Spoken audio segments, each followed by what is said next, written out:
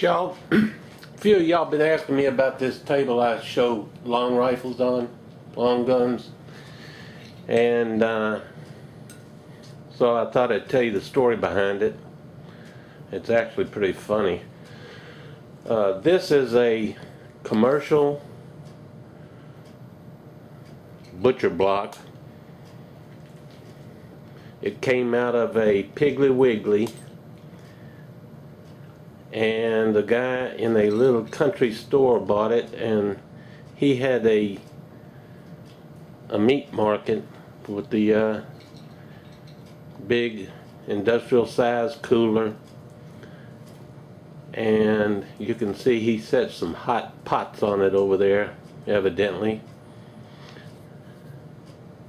But one evening, me and my buddy, the one that helped me wrestle that alligator down, we were drinking a few beers, and we went into this little country grocery. We knew the proprietor. He actually lived behind the grocery. It was connected to the grocery store.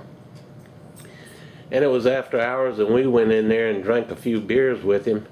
Well, he started drinking whiskey and Coke.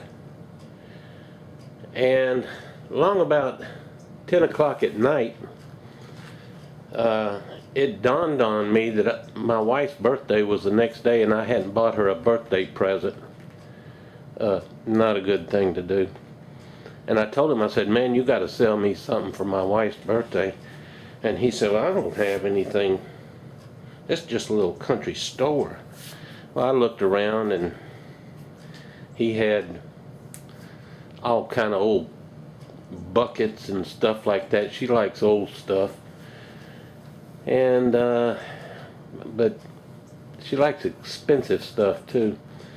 I didn't see anything that caught my eye, and I glanced over behind his meat counter. Inside his meat counter, he had big sirloin roast, legs of pigs, and all kind of meat. You know, it was a regular industrial size cooler, and I saw this table, and it had a meat saw on it, and some knives, big butchering knives.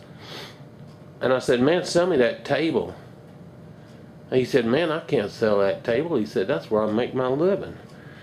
And so I gave up on it, and we continued. We went in his house, and we continued to sit around and converse and talk and have a good time. And I kept drinking those Miller High Life, and he kept drinking that bourbon and Coke. And every now and then I'd tell him, man, sell me that table. And he said, man, I can't sell that table. That's where I make my living.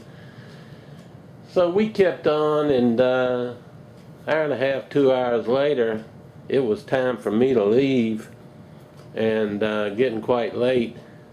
And on the way out, I said, man, sell me that table.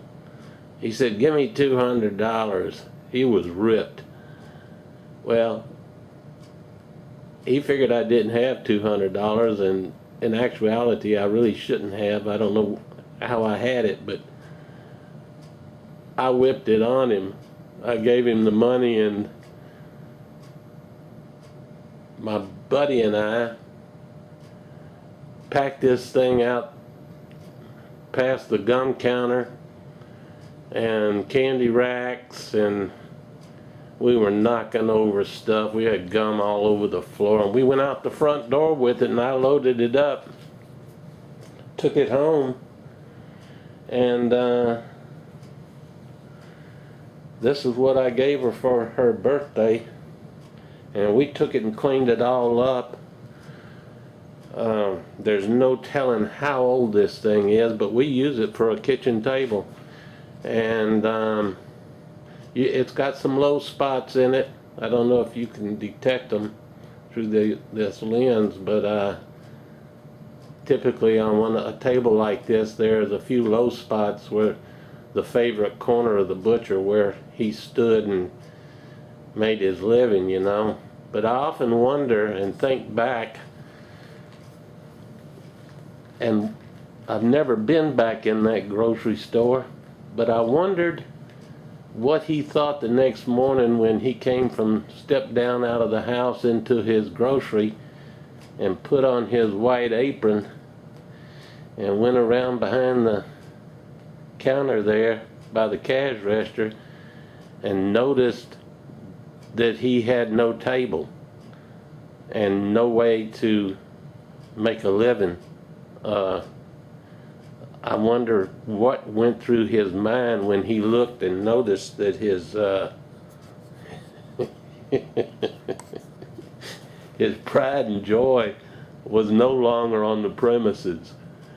That had to have come as a shock to him. But I use this all the time. I've had quartered up deer laying on top of it,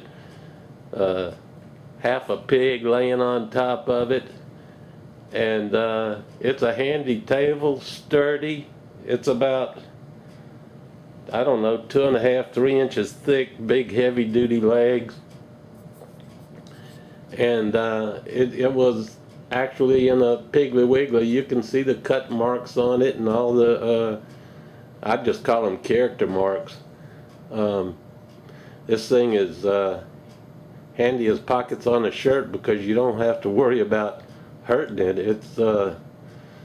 It's withstood a lot of abuse. My buddy and I trip out the front door with it, notwithstanding. We weren't feeling any pain, and as I recall, we took out the little wire gum rack and a lifesaver rack. It was a mess, but she was thrilled with it. Thought y'all might like to see it and enjoy the story behind it. And real quickly, from Mystery 223, she likes cast iron. I want to show her that pot there. That's what she needs to feed her family. That pot weighs 35 pounds. I bought that at an outdoor show. That's what I fry fish in when I'm frying for large groups. That pot there will hold an entire school of white perch at one time.